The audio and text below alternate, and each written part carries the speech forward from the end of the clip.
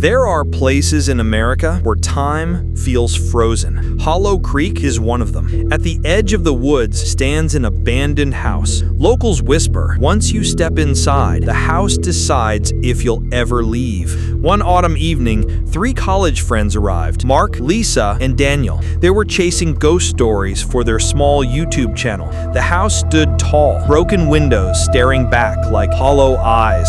As they approached, the front door creaked open on its own. Inside, the air was colder. Dust covered everything, but the dining table was set for dinner. Plates, silverware, glasses of water still full. Lisa whispered, "It's like they vanished mid-meal." Daniel raised his camera. A shadow flickered in the corner, then vanished. And then the sound of a zipper from upstairs. They froze. Step by step, they climbed the creaking staircase. Every door in the hallway was slightly open. Mark pushed one wider, a child's bedroom, toys covered in dust. The rocking horse moved on its own, and in the mirror, the camera caught something. A man with no face, a black mask, a zipper sealing his mouth. Daniel gasped, "Did you see that?" But when they turned, the room was empty. They ran to the door. It slammed shut and locked. The house groaned, alive. Whispers circled them. "Stay with us. Stay with us." Lisa's phone buzzed. A message appeared. "You shouldn't have come." Then darkness. The lights were gone. Footsteps coming closer. Daniel screamed. Then Lisa. The camera crashed to the floor. Mark's terrified breathing filled the silence. He whispered, "If anyone finds this, don't come here, please." And then nothing. 2 weeks later, police entered the Hollow Creek house. They found the camera, but no trace of Mark, Lisa, or Daniel. Only 3 fresh plates of food waiting on the dining table. The house was ready for its next guests. And they came. A month later, a new family moved into Hollow Creek. The Martins, a couple with their young daughter. They had no idea about the house's history. The neighbors stayed silent. No one warned them. No one ever does. At first, everything seemed normal. The Martins laughed as they unpacked boxes. Their daughter, Emily, played with her dolls on the living room floor. But that night, she told her parents about a new friend. "A tall man," she said. "A man with no face. He plays with me." Her parents brushed it off. Imaginary friends, they thought. Every kid has them. But then, strange things began. The dining table always reset itself. Plates and silverware arranged perfectly. No matter how many times they cleared it, glasses of water appeared, full to the brim. At night, the sound of a zipper echoed through the halls. Long, slow, unmistakable. Mr. Martin searched the house, furious. But every time, the sound moved just out of reach. Emily grew quieter. She stopped eating. And when her mother asked why, she whispered, "He said I should wait. Dinner is almost ready." 2 weeks later, the Martins were gone. No sign of struggle, no sign of leaving. The house stood silent again, waiting. And on the dining table were 5 plates of food this time. 3 for the friends, 2 for the Martins. The house was never empty for long. The Martins were gone. Their housewarming decorations still hung on the walls. Emily's toys sat neatly on her bed, but the Martins themselves had vanished. The neighbors whispered again. They always knew what the house did, but no one ever dared to stop it until one man decided to try. Detective Harris had heard the stories for years.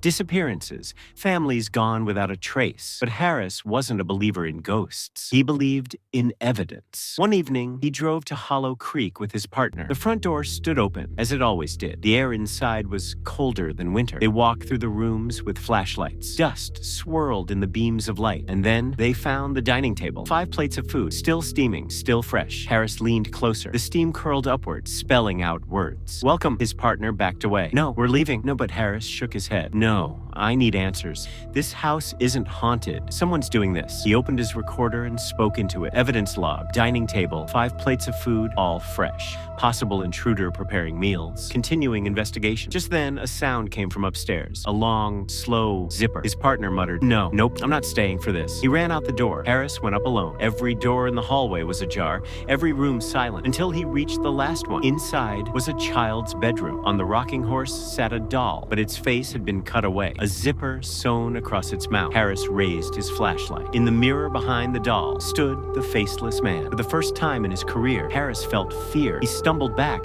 his heart pounding. He whispered into his recorder, "This isn't possible. He's real." The man in the mask lifted a hand, and the zipper across his mouth began to open. The sound filled the room, loud, endless. The light flickered. When Harris turned, the doll was gone, but the rocking horse was still moving. 3 days later, the police found Harris's car abandoned outside Hollow Creek. Inside was his recorder. The last entry was just his voice, shaking, desperate, whispering, "Don't trust the house. It's not just haunted. It's alive. It feeds." And then the sound of a zipper.